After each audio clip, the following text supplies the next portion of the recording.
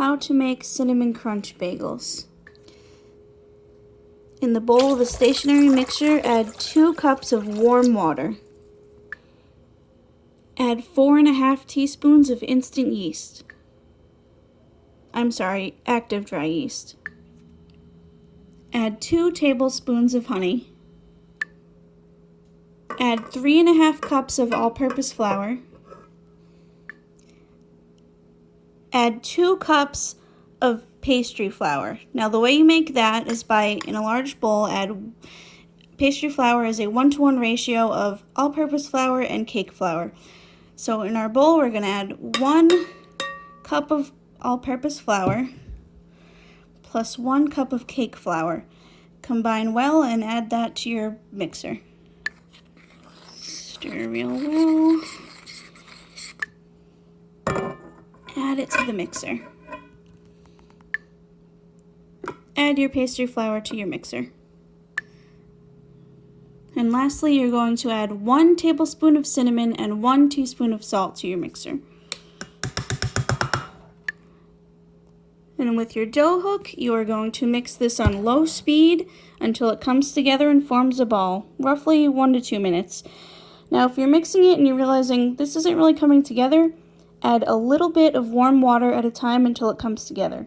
If you realized you added a little too much water, just add a little bit more flour until it comes together. Be careful not to add too much of either of those things because your dough will end up tough. Again, be very careful not to overmix. There's nothing worse than having really tough dough that you can't eat. When your dough comes together and forms a nice ball, you want to grease a large bowl, put your dough in, and cover it with plastic wrap. Once you covered your bowl with plastic wrap, you're going to let it sit in a nice warm spot for 1 to 2 hours or until doubled in size.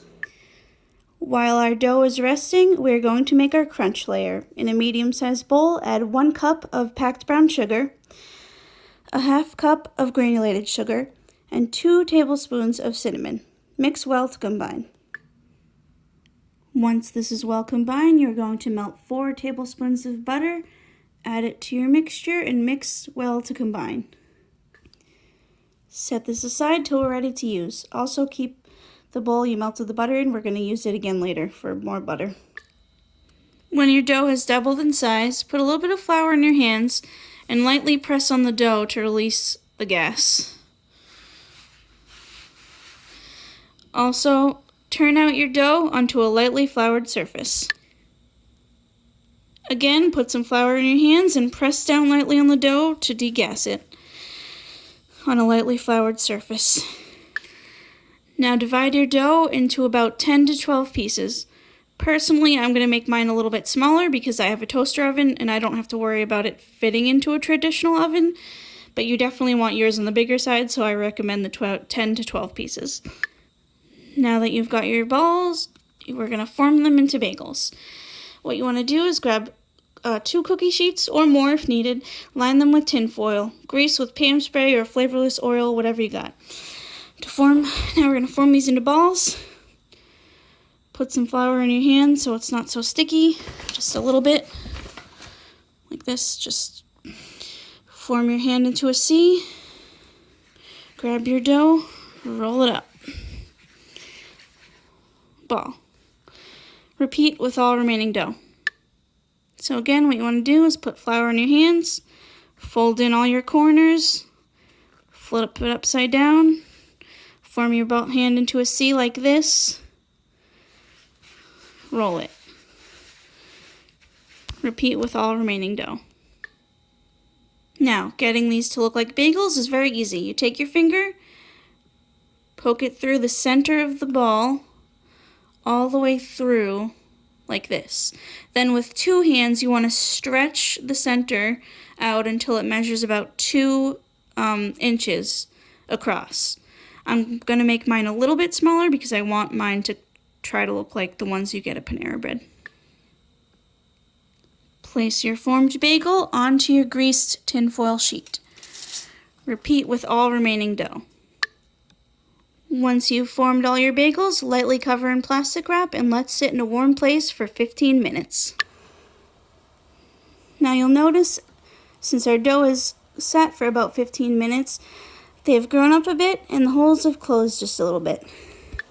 Now you want to boil a large pot of water. Carefully place 2 bagels in the boiling water at a time and cook for about 30 seconds to 60 seconds on each side. Now carefully, with a slotted spoon, you're going to carefully lift them out of the water, letting the excess water drain off, and place it back onto your tray. Repeat with all remaining bagels. Now when all your bagels are boiled, you're going to melt 4 tablespoons of butter and brush it onto your bagel.